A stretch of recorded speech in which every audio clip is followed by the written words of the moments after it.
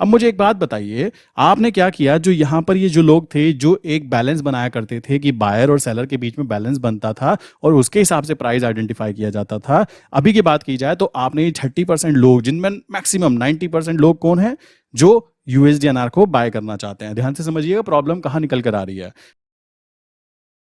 दोस्तों आज मैं आपको एक्सप्लेन करने वाला हूँ किस तरीके से आरबीआई हमारे देश की करेंसी को मैनेज करने में फेल हो चुकी है। आप कहेंगे किस तरीके से ये चीज़ आइडेंटिफाई किया जाए, तो मैं आपको एक्सप्लेन करना चाहूँगा कि आप क्या कीजिएगा, आप जाइए ट्रेडिंग व्यू पर, फ्री ऑफ कॉस्ट चार्ट आप चेक कीजिए जो कि होता है यूएसडीएनआर। अब काफ़ी लोगों को तो पता ही नहीं है कि यूएसडीएनआर के अंदर किस तरीके से क्या चीज़ देखनी चाहिए। मैं आपको बताना चाहूँगा कि जो एक कैंडल्स आप देख रहे हो ना, हाई टू हाई लगता जा रहा है, ये एक्चुअल में आपके और मेरी जेब में रखा हुआ जो पैसा होता है वो डॉलर के मुकाबले किस रेट पर चल रहा है वो आइडेंटिफाई करता है। आप यहाँ पे नोटिस कीजिए कि क्या चीज़ें हो रही हैं। आपको एक चीज़ और एक्सप्लेन करना चाहूँगा कि जो आरबीआई है उसका फेल होने का मेन कारण क्या है, वो चीज़ मैं आपको शेयर करूँगा। आप यहाँ पे देखें तो आपको यहाँ पर दिखाई देगा जो हमारा स्पॉट प्राइस है अप्रॉक्स 85.80 टच कर चुका है, और अभी ये कोई बहुत बड़ी बात नहीं है कि और भी ज़्यादा ऊपर की तरफ चला जाए। आपको काफ़ी सारे लोग यहाँ पे बोलेंगे कि भाई ये तो हमारी गलती है ही नहीं, बट आपको बताना चाहूँगा इतने सारे मीडिया हाउसेज हैं, यहाँ पर आप देखोगे तो आपको आरबीआई के ऊपर कोई भी उंगली उठाते दिखाई नहीं देगा। गलती पता है कहाँ पर है? गलती है हमारे कह सकते हो सिस्टम के अंदर। किस तरीके से यहाँ पर मेन प्रॉब्लम को दूर करके छोटी छोटी प्रॉब्लम में बांट दिया जाता है और उस प्रॉब्लम को बार बार दिखाया जाता है, तो आम आदमी को लगता है कि प्रॉब्लम तो कुछ बड़ी है ही नहीं। आप एक चीज सोचिए कि आपने बहुत मेहनत करके पैसा कमाया और पैसा कमाने के बाद में आपकी करेंसी का कुछ ऐसा हाल हो जाए जहां पर आपको पता ही ना लग पाए कि ये चल क्या रहा है। मेरी करेंसी मेरे बैंक अकाउंट में जो पैसा रखा हुआ है जो मैंने कमाया है, सोचो आज उसकी वैल्यू ये थी दिसंबर मंथ में, दिसंबर खत्म होते होते इसकी वैल्यू यहां आ चुकी है। आप नोटिस करोगे कि विद इन 1 ईयर आपको जो प्राइस अभी 85 दिखाई दे रहा है ये अप्रोक्स 95 टच करने वाला है विद इन 1 ईयर। कारण क्या है? आरबीआई की पॉलिसीज। अब आप कहेंगे आरबीआई की क्या पॉलिसीज थी? जैसे कि आपको बताया मैंने, यूएसडीएनआर के अंदर बहुत सारे लोग काम कर रहे थे। अब यूएसडीएनआर का लॉजिक मैं यहाँ पे समझाना चाहूंगा। सबसे इंपॉर्टेंट बात आती है जब हम ये बात जानते हैं कि हमारे देश के अंदर मैक्सिमम जो लोग हैं वो लोग करते क्या है, वो लोग बेसिकली मैक्सिमम जो जॉब करते हैं, जॉब भी कैसे करते हैं, हम इंडिया में ही इंडिया के ही लोगों को कह सकते हैं जॉब प्रोवाइड करते हैं, आपस में वर्क करते हैं और आपस में ही जो पैसा होता है वो इंडिया में ही सर्कुलेट करता रहता है। किसी भी देश की करेंसी को मजबूत होने के लिए किन किन चीजों की जरूरत पड़ती है? चीजें बड़ी सिंपल सी है। मान लीजिए हम इंडिया में रहते हैं, मान लीजिए क्या हम लोग तो रहते ही हैं, इंडिया में रहते हैं, तो इंडिया में आईएनआर करेंसी किसने यहाँ पे इसको इशू किया? गवर्नमेंट ऑफ इंडिया ने। और किसकी मदद से किया? जो रेगुलेशंस करता है वो करता है आरबीआई। आरबीआई का मेन काम क्या है? आपके रुपए की वैल्यू को मजबूत बनाना। अब ये मजबूत कैसे बन सकती है? दुनिया भर के जितने भी कह सकते हो काम किए जा सकते होंगे इस आईएनआर को मजबूत करने के लिए, वो काम करने की रेस्पॉन्सिबिलिटी किसकी आती है? आरबीआई की आती है। और आरबीआई इस चीज में टोटली फेल है। आपके सामने ये चीज दिखाई जा रही है। कैसे? समझिए। इंडिया के अंदर सबको पता है कि मैक्सिमम लोग क्या है, इंपोर्ट करते हैं। हम बेसिकली एक छोटी सी चीज एक छोटा सा प्रोडक्ट जो है ना, वो भी अगर हम खुद से बना रहे हैं तो उसके अंदर जो प्रोडक्ट के अंदर रॉ मटेरियल यूज हो रहा है वो हम कहाँ से ला रहे हैं? चाइना से ला रहे हैं। हम अच्छी अच्छी चीजें बड़े बड़े प्रोडक्ट, बड़े बड़े ब्रांड जो होते हैं उनके सामान को यूज करना चाहते हैं, यूएसए से ला रहे हैं। और भी अच्छा यूज करना चाहते हैं, साउथ कोरिया से लेके आ रहे हैं। ठीक है, आप इस चीज को समझिए कि हम लोग जो भी चीज जनरेट कर रहे हैं इंडिया के अंदर, उनमें जो बेसिक चीजें यूज हो रही हैं वो इतनी ज्यादा कह सकते हो बाहर से यूज की जाती है कि हम लोगों को बाहर से सामान खरीदना होता है। हम लोग खरीदार ज्यादा हैं, हम बाहर कम पैसा भेजते हैं, मतलब बाहर कम सामान भेजते हैं। मान लीजिए मैं अपने घर में रहकर मैं कोई बिजनेस चलाता हूं, मैं यहाँ पे जूते बनाता हूं, चप्पल बनाता हूं, कुछ भी बनाता हूं। अगर वो जूते चप्पल मान लीजिए मैं चाइना में बेचने जाऊं, यूएसए में बेचने जाऊं या दुनिया के किसी भी कंट्री में बेचने के लिए जाऊं, तो वहां जब मैं उनको सेल करूंगा तो मेरे पास क्या आएगा? मेरे पास आएगा डॉलर।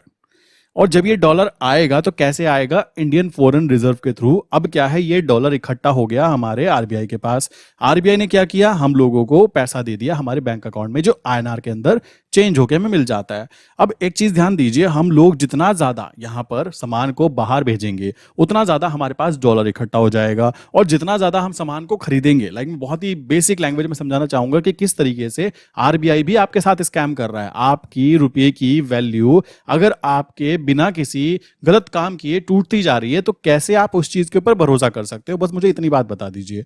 तो इंडिया में मेन प्रॉब्लम क्या है? हम मैक्सिमम चीज इंपोर्ट करते हैं, बाहर से सामान लाते हैं, तो हम लोगों को वहां पे डॉलर में पेमेंट करनी ही करनी पड़ती है। दूसरी बात, जो भी इंडिया में लाइक जैसे मैं यूट्यूब पे वर्क करता हूं, मुझे यूट्यूब से इनकम आती है, अगर कोई ये कहे लाइक कोई फाइनेंस मिनिस्टर ये बात बोले कि भाई उन लोगों को सोचो जो लोग बाहर से पैसा कमा के लाते हैं, उनका तो मजा ही मजा। भाई एक बात सोचो, हम कमा के लाते हैं मान लीजिए लाइक 1 रुपया, और बाहर भेज रहे हैं हम 100 रुपया, तो डिफरेंस किस में आया? तो आप यहां पे देखोगे तो प्रॉब्लम यहां पे भी निकल के आती है। अब होना क्या चाहिए? अब यहां पर आप देखो, इंडियन जो रुपये की वैल्यू है, कभी वो $1 1 रुपये के इक्वल था, आज बात करें $1 85 रुपीज के इक्वल है, ठीक। कल बात करें और आगे तो 95 होगी, उसके आगे बात करें तो $1 105 होगा। इस तरीके से हमारे करेंसी की वैल्यू ब्रेक होती जा रही है। अब ये करेंसी की ब्रेक होने की वैल्यू जो थी, ये कारण क्या था? कारण इसके पीछे बहुत सारे हैं, बट अभी ना गवर्नमेंट आम जनता को ब्लेम नहीं कर सकती। आम जनता को क्यों नहीं कर सकती? बात है मार्च अप्रैल की। अप्रैल के अंदर क्या हुआ? लाइक आम जनता के लिए यूएसडी INR, जो कि एक करेंसी है जिसके अंदर कह सकते हो लोग ट्रेड भी कर रहे थे, और जब तक कोई भी चीज फ्री है फॉर ट्रेड, मतलब कोई भी उसके अंदर ट्रेड कर सकता है, तभी तक उसकी रियल वैल्यू आपके सामने आ सकती है। अदरवाइज कोई भी इंसान उसको मैनिपुलेट कर सकता है बहुत इजीली। आप गोल्ड के अंदर मैनिपुलेशन नहीं कर सकते, आप डॉलर के अंदर मैनिपुलेशन नहीं कर सकते, आप किसी ऐसे पर्टिकुलर लाइक बहुत बड़े लाइक करेंसी के अंदर यहाँ पे मैनिपुलेशन नहीं कर सकते। कारण क्या है? क्योंकि वहां पर कोई भी इंसान कोई भी ऑर्डर डाल सकता है। बट यहाँ पर क्या हुआ? यहाँ पर इंडिया वालों ने क्या गेम खेला? यहाँ पे आरबीआई साहब आते हैं, आरबीआई के गवर्नर साहब आते हैं और कहते हैं यूएसडी INR के अंदर ना जो आम आदमी वर्क कर रहे हैं ना, वो लोग ना स्पेकुलेशन कर रहे हैं, और हम लोग ना स्पेकुलेशन अलाउ नहीं करेंगे बिकॉज हमारी करेंसी ना ब्रेक होती जा रही है। गवर्नर साहब से पूछा जाए तो मालिक अब क्या हो रहा है? अब बात करें, अब यहां से आम जनता को लाइक नॉर्मल ट्रेडर जो यहाँ पे 60 से 70% हुआ करते थे, उन लोगों को यहां से बाहर निकाल दिया गया। बाहर निकाल दिया गया। बचे हुए जो 30% हैं, उनमें से बात की जाए तो मैक्सिमम कौन है? Hedge funds, banks. सिंपल सी बात आती है। और ये जो हेज फंड होते हैं लाइक जो हैजिंग करने के लिए यूज करते हैं, कॉमन सेंस लगाइए, हैजिंग करने वाले दो तरीके के लोग होते हैं। पहली कौन है? जो इंडिया में प्रोडक्ट लाते हैं, मतलब जो लोग डॉलर को लेकर आते हैं, मतलब अपने सामान को यहां से बाहर भेजते हैं। दूसरे कौन से लोग हैं? लाइक जो बाहर से सामान मंगाते हैं, तो उनको तो डॉलर पे करना है, तो वो तो अपने आप को बचाने के लिए चीजें कर रहे हैं। तो जो लोग इंडिया में रहकर इंडिया में बिजनेस करते हैं और वो बाहर से सामान मंगाते हैं, तो उन लोगों को क्या करना पड़ता है? उन लोगों को यूएसडी INR को बाय करना पड़ता है, ठीक। और वो लोग जिन लोगों का सामान इंडिया में आना नहीं है, यहां से जाना है, लाइक वो एक्सपोर्टर हैं, तो उनकी बात की जाए तो उनको यूएसडी INR को सेल करना पड़ता है। अब मुझे एक बात बताइए, आपने क्या किया? जो यहां पर ये जो लोग थे, जो एक बैलेंस बनाया करते थे कि बायर और सेलर के बीच में बैलेंस बनता था और उसके हिसाब से प्राइस आइडेंटिफाई किया जाता था, अभी की बात की जाए तो आपने ये 30% लोग, जिनमें मैक्सिमम 90% लोग कौन है? जो यूएसडी INR को बाय करना चाहते हैं। ध्यान से समझिएगा प्रॉब्लम कहां निकल कर आ रही है। 90% लोग क्या कर रहे हैं? यूएसडी INR को बाय करना चाहते हैं। तो बाय करना चाहते हैं तो क्या होगा? जब किसी चीज के बायर ज्यादा होंगे और सेलर कम होंगे, मान लीजिए आपने बोला भाई मैं 85 रुपीज पे बाय करना चाहता हूं या चाहती हूं, अब क्या है 85? आप देखोगे वहां पर क्या है 85.20, यहां पर सेलर अवेलेबल है। आप देखेंगे 85.2500, यहां पर सेलर अवेलेबल है। आप कहेंगे यार मैं बाय तो 85 पे करना चाहता हूं, बट मुझे तो 20 पैसे का डिफरेंस मिल रहा है। आप खुद सोचिए, जब यहां पर बहुत सारे बायर हैं, यहां पे मान लीजिए 1 लाख बायर हैं, यहां पे 2 लाख बायर हैं, 3 लाख आ जाते हैं, सबको बाय करना है। बाय क्यों करना है? रीजन बड़ा सिंपल सा है, बाय इसलिए करना है क्योंकि उनको अपना प्रोडक्ट इंडिया से बाहर नहीं भेजना, इनको क्या करना है? प्रोडक्ट बाहर से आना है। और इस कारण ये क्या करना चाहते हैं? अपनी करेंसी को हेज करना चाहता है, बिकॉज ये भी जानते हैं कि यूएसडी INR ब्रेक होता रहता है और 2 से 3% साल में तो गिर ही जाता है। बट अभी हमारे फाइनेंस मिनिस्ट्री हो या फिर कह सकते हो हमारे जो आरबीआई गवर्नर हैं, उनकी देखभाल में देखा जाए तो ये तो 5-7% तक गिर गया एक ही साल के अंदर। एक साल छोड़ो, कुछ ही टाइम के अंदर ये 2-3 रुपए ऊपर भाग जाता है। तो अब क्या हुआ? यहाँ पे बायर ज्यादा हो गए और सेलर क्या है? सेलर कौन लोग थे? सेलर वो लोग थे जो लोग एक्सपोर्ट करते हैं, लाइक प्रोडक्ट को बाहर भेजते हैं। तो एक्सपोर्ट करने वाले 10% लोग, बाकी 90% लोग सब बाय करना चाहते हैं। अब मुझे एक बात बताइए, यहां सेलर कौन कौन होगा? सेलर जो रहेंगे वो कौन रहेगा? डॉलर को कौन सेल करेगा? जिसके पास डॉलर होंगे, सिंपल सी बात है। तो वहां पर कौन आ जाता है? सबसे बड़ा नाम निकलकर आरबीआई। उसके बाद क्या है? जो बैंक्स हैं। आप क्या कर सकते हो? अगर आप हैजिंग करते हो करेंसी को हेज करते हो तो आप बैंक में जाके भी काम कर सकते हो, बैंक में जाके बोल सकते हो कि मुझे ना हेज करनी है।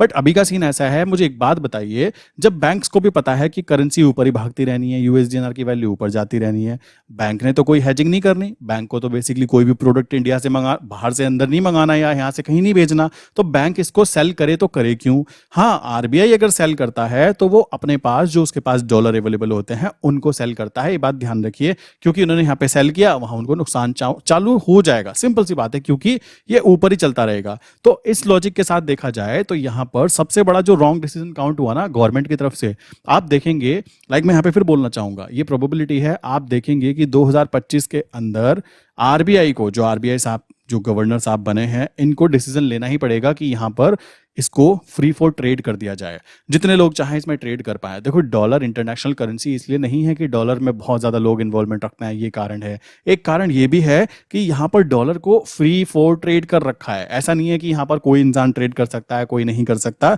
तो यहां पर यूएसडीएनआर को अगर स्टेबल बनाने की बात की जाए तो अब क्या हो सकता है, समझिए, हो ये सकता है जैसे कि कंडीशन बन रही है। और सबसे अच्छी बात पता है क्या है, यहाँ पर बिल फाड़ा जाता है डॉलर का, यहाँ पे देखो, यहाँ पे क्या बताया जा रहा है भाई, जंप हुआ because of record high month and US dollar demand. अभी भी बिल ना डॉलर का ही फाड़ा जा रहा है, मतलब सब कुछ गड़बड़ डॉलर ही कर रहा है, हमारे बस की कुछ है नहीं, हमारी कोई एक्चुअल वर्ड यूज करूँ तो औकात भी नहीं है, सच बताऊं तो ये वाला फील करने की कोशिश की जा रही है। आप पूरे आर्टिकल्स देख लीजिए, यहाँ पे आरबीआई के बारे में कुछ बातें नहीं की जाएंगी, यहाँ पे आरबीआई गवर्नर की पॉलिसीज के बारे में कोई बातें नहीं की जाएंगी, आप खुद समझ सकते हैं ऐसा क्यों। अब यहाँ पे आप देखो, मैं आपको डॉलर चलता हूँ, ये डीएक्सवाई इंडेक्स है जिसको डॉलर इंडेक्स बोलते हैं।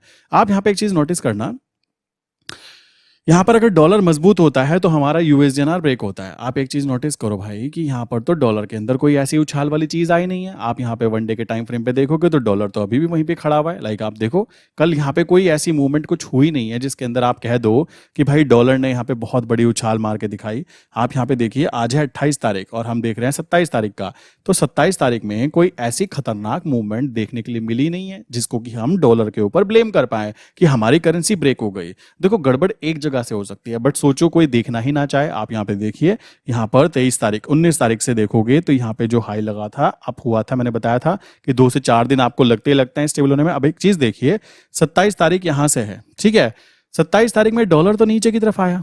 ध्यान से देखो, इस बात को समझो कि क्या पूरा का पूरा ट्रैप है। आम आदमी को तो कद्दू पता नहीं लग पाएगा कि चल क्या रहा है एक्चुअल में। उसको तो बेचारे को बस एक बात बोल रखी है, मालिक तुम अपनी जिंदगी ना बर्बाद करते रहो। कैसे करते रहो? 30,000 की नौकरी के पीछे लगे रहो, और वो जो आप 30,000 कमाते हो ना, वो आपसे नोच लिया जाएगा। कैसे नोच लिया जाएगा? ये तरीका है सिंपल सा। आपको तो पता ही नहीं इस 30,000 की क्या वैल्यू है, किसके अगेंस्ट, डॉलर के अगेंस्ट। जब पता लगती है तो आपके होश उड़ जाते हैं कि ये हो क्या रहा है। अब यहां आप नोटिस करो, जब भी डॉलर ऊपर की तरफ भागेगा, सिंपल सी बात है, डॉलर ऊपर की तरफ भागेगा तो क्या होगा, यूएसडीएनआर भी ऊपर की तरफ भागेगा। अब यहां पर आप नोटिस करो, यहां तो यार कुछ हुआ ही नहीं ऐसा कि डॉलर के अंदर, उल्टा डॉलर के अंदर तो यहां पे कह सकते हो जो चीजें की गई हैं उसके अनुसार क्या होना चाहिए, डॉलर जब नीचे आया है तो क्या होना चाहिए, यूएसडीएनआर को भी नीचे की तरफ मूवमेंट करना चाहिए। तो मेरे भाई एक बात ध्यान रखना, अगर आप उंगली सामने वाले पे कर रहे हो तो 3 आपके पास भी है। तो वही चीज मैं यहां पे देख रहा हूं कि आप देखोगे कि यूएसडीएनआर के अंदर जो लोग ये चीज कह रहे हैं ना कि यूएसडीएनआर में तो कुछ हुआ ही नहीं है, मेरे भाई ये सारी चीजें आपके सामने हैं। और ये चीजें अगर आप अभी मैनेज नहीं कर पा रहे हो तो आप अपनी करेंसी को बर्बाद कर रहे हो, ये बात ध्यान रखने की आती है। और इसके अंदर सबसे बड़ा जो हाथ है हमारे फाइनेंस मिनिस्ट्री प्लस हमारे आरबीआई गवर्नर साहब का है, जिन्होंने ये उल्टे सीधे डिसीजन लिए। अब क्या होता है, देखो, जब भी मान लीजिए हमारे जो गवर्नर साहब अभी रिटायर हो चुके हैं, जिनको बाहर निकाल दिया गया एक्चुअल में, जब उनके इतने अच्छे परफॉर्मेंस थे, अब उन्होंने क्या किया, उन्होंने जो जो चीजें की होंगी अपने टाइम फ्रेम के अंदर, उन्होंने जो बड़े बड़े डिसीजन लिए होंगे, ये कर लो, वो कर लो, इधर का उधर का सब कुछ, इनसे तो कद्दू में तीर कुछ नहीं लगा। इनसे देखा जाए तो इनसे तो बैंड बजी पड़ी है करेंसी की। तो इसका मतलब क्या है, जो भी ये पॉलिसीज बनाई इन लोगों ने, वो पॉलिसीज इनके अगेंस्ट थी, कोई भी पॉलिसी इनके साथ काम नहीं की। आप यहाँ पे देखो, यहां से यूएसडीएनआर को बंद किया गया था, और यहां आप देखोगे, अगर पीछे में देखूं तो जितनी मूवमेंट यहां पर आप देखो, ध्यान से देखो, इस चीज को आप समझ जाओगे खुद ब खुद। अगर मैं लास्ट 2023 को देखूं यहाँ पे, तो 2023 में पूरे टाइम साइडवेज पड़ा रहा, यहां आके यूएसडीएनआर को रोका गया, भाग गया। रही बात 2022 से लेकर 23 के अंदर, यहां पर भी इन लोगों ने यही बातें बोली कि डॉलर मजबूत हुआ है एंड इस वजह से यूएसडीएनआर ऊपर जा रहा है। तो आईएनआर तो कुछ खुद कर ही नहीं रहा है एक्चुअल में, वो तो दूसरे पे डिपेंडेंट है। बस मुझे एक बात बताइए कि हमारे देश की करेंसी की जो वैल्यू है वो डिपेंड करती है यूएसडी के ऊपर। ध्यान से समझना, क्या अभी हम फाइनेंशियली यहाँ पर गुलाम हैं या नहीं है? आप इतनी बात सोचो।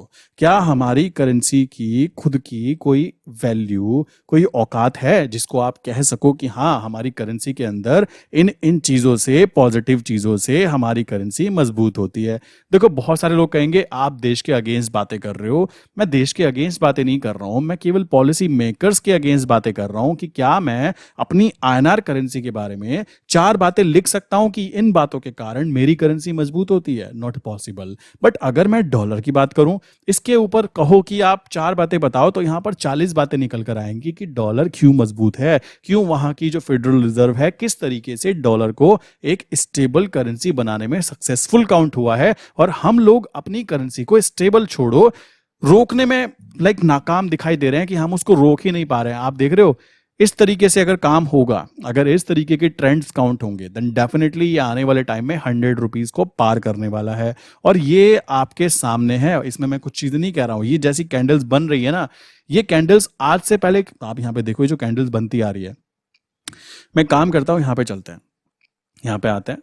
आप यहाँ पे देखोगे तो यूएसडीएनआर जनवरी मंथ का मैंने ऐड किया, इसके अंदर आप देखोगे अभी तो कुछ नहीं है, मार्केट ऑफ पड़ी है। बिकॉज अगर मैं इसकी कैंडल्स को चेक करता हूँ, मैं देखता हूँ क्या क्या चीज़ें हो रही है, तो कैंडल्स ना कुछ ऐसी बन रही है जिसके अंदर ट्रेड करना तो छोड़ो, जिनको देखना, कैंडलस्टिक पैटर्न जिसको बोलते हैं ना, वो करना भी इम्पॉसिबल है। क्या ऐसी कैंडल्स कभी यूएसडीएनआर बना करती थी? आप खुद ब खुद सोचिए, क्या ऐसी कैंडल्स कभी यूएसडीएनआर में बना करती थी? ये जो करेंसी की जो पैटर्न्स है ना, ये जो जिस तरीके से बन रहा है, आप क्या कीजिएगा, चाइनीज युआन को चेक कीजिए, ठीक है? आपको पता लगेगा, यहाँ पे चाइनीज जो करेंसी है उसको देखोगे तो उसकी तरह हमारी करेंसी बर्बाद एक तरह से होने जा रही है। क्यों? इस करेंसी के अंदर जो मूवमेंट्स है वो कुछ ही बैंक्स या फिर कुछ बड़े प्लेयर्स के द्वारा लिए गए मूवमेंट के कारण ये मूवमेंट दिखाई दे रही है। अब काफी लोग सोचेंगे कि हमारी करेंसी बहुत अच्छी है।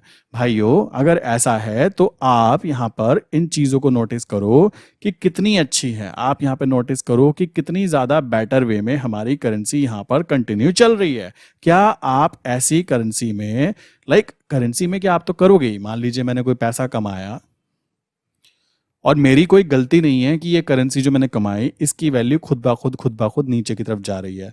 काफी लोग तो ऐसे हैं जो कहेंगे ये तो ऊपर जा रहा है, तो अच्छी बात है भाई, ये ऊपर की तरफ जा रहा है, इसका मतलब क्या है? आपकी जो आईएनआर करेंसी है उसकी वैल्यू टूटती जा रही है और वो नीचे की तरफ जा रहा है। ये बात ध्यान रखिए। नीचे का मतलब हो जाएगा कि आपका जितना ज्यादा, $1 को अगर 100 रुपये पे करने पड़ेंगे और उसके बाद $1 को 105 रुपये पे करने पड़ेंगे, तो आपको ये 5 रुपये एक्स्ट्रा कमाने पड़ेंगे। और ये करेंसी जिस हिसाब से ब्रेक होती दिखाई दे रही है, उसके अनुसार ये दिन बहुत जल्दी आपको देखने के लिए मिल सकता है। इस बात को दिमाग में बिठा लीजिएगा। अब जो हमारे पीछे के जो गवर्नर साहब थे उनकी बात करें, अगर वो यहाँ पर देखेंगे तो क्या चीज देखेंगे? वो देखेंगे क्या क्या डिसीजन लिए गए जिनके कारण हमारी करेंसी की बैंड बज गई। उन डिसीजंस को हटाया जाना चाहिए। उनमें से सबसे पहला डिसीजन होना चाहिए कि भाई जो ट्रेडर्स हैं उनको भी करेंसी ट्रेडिंग के लिए अलाउ किया जाए, बिकॉज जो नॉर्मल ट्रेडर होते हैं वो सेलर भी होते हैं। इस बात को समझना बहुत ज्यादा जरूरी है। दूसरी चीज जो यहाँ पे की जा सकती है ना, आपको ध्यान होगा कि आरबीआई ने एक नोटिफिकेशन रिलीज किया था अपनी, कह सकते हो, जो काम वो कर रहे हैं उसको छुपाने के लिए या फिर आम ट्रेडर को बेवकूफ बनाने के लिए, कि इंडिया में फोरेक्स को हम लीगल करना चाहते हैं। ये चीजें कुछ वहां पे बोलने की कोशिश की गई थी। दूसरा स्टेप ये हो सकता है कि ये चीज की जा सके। कारण क्या है? जो रोकने का तरीका था उस तरीके से प्रॉफिट होने की बजाय आरबीआई को यहां पर नुकसान ही देखने के लिए मिला है। अब वो कैसे मिला है भाई? जितने भी यहां पर ट्रेडर थे उनमें से मैक्सिमम ट्रेडर, अप्रोक्स कह सकते हो 70% ट्रेडर, मैं काउंट 70% इसलिए कर सकता हूं बिकॉज अगर मैं अपनी बात करूं, मेरे पास अगर 10 लोग मैं जिनको जानता हूं, उनमें से 7 लोगों ने डायरेक्टली या इनडायरेक्टली कह सकते हो फोरेक्स मार्केट में एंट्री कर लिया। आप कहोगे डायरेक्टली का मतलब डायरेक्ट दुबई जाकर, इनडायरेक्टली का मतलब इंडिया में इलीगल फोरेक्स ब्रोकर्स को यूज करके आरबीआई की नाक के नीचे से वो लोग ट्रेड कर रहे हैं। बट आरबीआई क्यों आइडेंटिफाई नहीं कर पा रही? रीजन बड़ा सिंपल सा है, जब आप चलती हुई चीज को नहीं आइडेंटिफाई कर पा रहे हो तो फिर आप कैसे उनको मैनेज कर पाओगे जिन लोगों को आपने रोका है? सो ये तरीका यूज होगा एंड देन देखते हैं। ये जो साइकिल है कुछ इस तरीके से है क्या ये नीचे की तरफ मूवमेंट करेगी?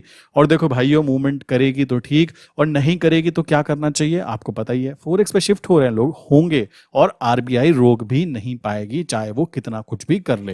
बिकॉज पॉलिसीज जो है ना, पॉलिसी मेकर्स जो हैं, अपने आप को अगर ये समझ लग जाएं कि बस हम ही हैं, देन डेफिनेटली प्रॉब्लम्स क्रिएट होना चालू हो जाती है। जैसा कि देख ही रहे हैं आप लोग, लाइक यहाँ पे सेबी की बात करें, उसकी बात की जाए तो सेबी भी अपने आप को ये चीज़ मानती है, फाइनेंस मिनिस्टर की बात करें तो ये भी अपने आप को ऐसे ही मानते हैं, आरबीआई की बात करें तो ये भी अपने आप को ऐसे ही मानते हैं। अगर ये सब लोग यही सोचने लगे कि हमने जो बोला बस वही डिसीजन, देन कुछ ऐसा ही होने वाला है, करेंसी ब्रेक होने वाली है। और एक चीज़ ध्यान रखना, ये करेंसी है ना, ये मेरे भाई एक साइकिल वाला, एक नॉर्मल आदमी जो 10,000 रुपये कमाता है, 20,000 रुपये कमाता है, ये वही रुपीज़ है, 10,000 रुपीज़, उसी की बात कर रहा हूँ मैं। ये मुकाबला किसके साथ हो रहा है? डॉलर के साथ में। अब आपके पैसे की डॉलर के साथ में क्या कंपटीशन होकर क्या वैल्यू निकलती है ना, इसको यूएसडीएनआर बोलते हैं। और कोई कहे मेरे बाप का क्या जाता है, मेरे पापा का क्या जाता है, मैं तो फर्क नहीं पड़ता, मैं तो महीने के लाख रुपए कमाता हूँ जी। मेरे भाई, आप लाख रुपए कमाते हो, बट फिर भी डॉलर के साथ में आपको काम करना ही करना है। आप जो भी प्रोडक्ट यूज करते हो, अगर वो प्रोडक्ट बाहर से आता है, तो यहां पर ध्यान रखने की बात है कि आपका रुपया वहां काम नहीं आता है, वहां पर डॉलर काम आता है। और डॉलर जो होता है वो आपको, जब आप करोगे तो जितना ज्यादा डॉलर का प्राइस होगा, उतना ज्यादा आपको रुपया पे करना पड़ेगा। तो आपका जो 1 लाख रुपए है ना, वो धीमे धीमे धीमे धीमे एक आइसक्रीम की तरह पिघलता जा रहा है। जो कि आइसक्रीम पिघलने का जो ग्राफ है, बस मैं वही आपको दिखा रहा था, जो ग्राफ आपके सामने है। ये आपकी आइसक्रीम पिघल रही है धीमे धीमे धीमे धीमे, और आपको तो हवा भी नहीं आ रही कि चल क्या रहा है। तो समझ रहे हो? तो एक टाइम ऐसा था जब आपको $1 के मुकाबले 64 रुपए पे करने पड़ते थे। कितने? 64 रुपीज। और ये बहुत पुरानी बातें नहीं है, 2018 की बात है। आप देखोगे तो क्या हुआ है, 2018 से अभी की बात करें तो अब आपको 85 रुपए और 60 पैसे, या 86 रुपए की बात करें, 86 रुपए ही पे करना है। तो 64 से लेकर 86 तक की जो सफर है वो कितनी जल्दी तय हुआ है, तो आप समझ लीजिए इतनी जल्दी कैसे हो सकता है, क्या हो सकता है, क्या यहाँ पर पॉलिसीज क्रिएट हो रही हैं, क्या पॉलिसीज गड़बड़ की जा रही हैं, आप खुद ब खुद अंदाजा लगा सकते हो। तो आने वाले टाइम में आपका रुपया 100 रुपए भी टच करेगा। तो इस वजह से ये बातें समझ लीजिए कि करेंसी जो है बहुत इंपॉर्टेंट फैक्टर होती है। आप कितना भी रुपया कमा लीजिए, एक टाइम ऐसा आएगा कि आप 5 लाख रुपए महीना भी कमाओगे, तब भी आप कुछ नहीं कर पाओगे। क्यों नहीं कर पाओगे? पता लगा कि $1 इक्वल्स है 150 रुपए के, ठीक है। और आप ये चीज इंडिया में देख रहे हो, अपने पड़ोस में जरा पाकिस्तान में जाके देख लीजिएगा, एक बार उनकी करेंसी को चेक कर लीजिएगा कि करेंसी ब्रेक हो जाने पर क्या चीजें होती हैं। आप महीने के 5 लाख कमाओगे, बट एक्चुअल में जब आपकी करेंसी पता लगा कि वो 150 रुपए या 200 रुपए हो चुकी है, तो आप एक्चुअल में कुछ भी नहीं कमा पा रहे हो, क्योंकि आप डॉलर को खरीद नहीं पाओगे, इतनी ज्यादा करेंसी आपकी ब्रेक हो चुकी होगी। और इस चीज को ही बोलते हैं असली प्रॉब्लम, जो कि लाई जा रही है किसके द्वारा? हमारी गवर्नमेंट और आरबीआई की तरफ से। सो आई विश यहां तक की बातें क्लियर हो गई होंगी। अपने भाव नीचे बताइएगा कि क्या आरबीआई बिल्कुल सही कर रहा है कि करेंसी में ट्रेड ना करें, आम जनता को दूर करें, चाइना वाली पॉलिसी को इंप्लीमेंट करें कि बेटा तुम ट्रेड ना कर पाओगे।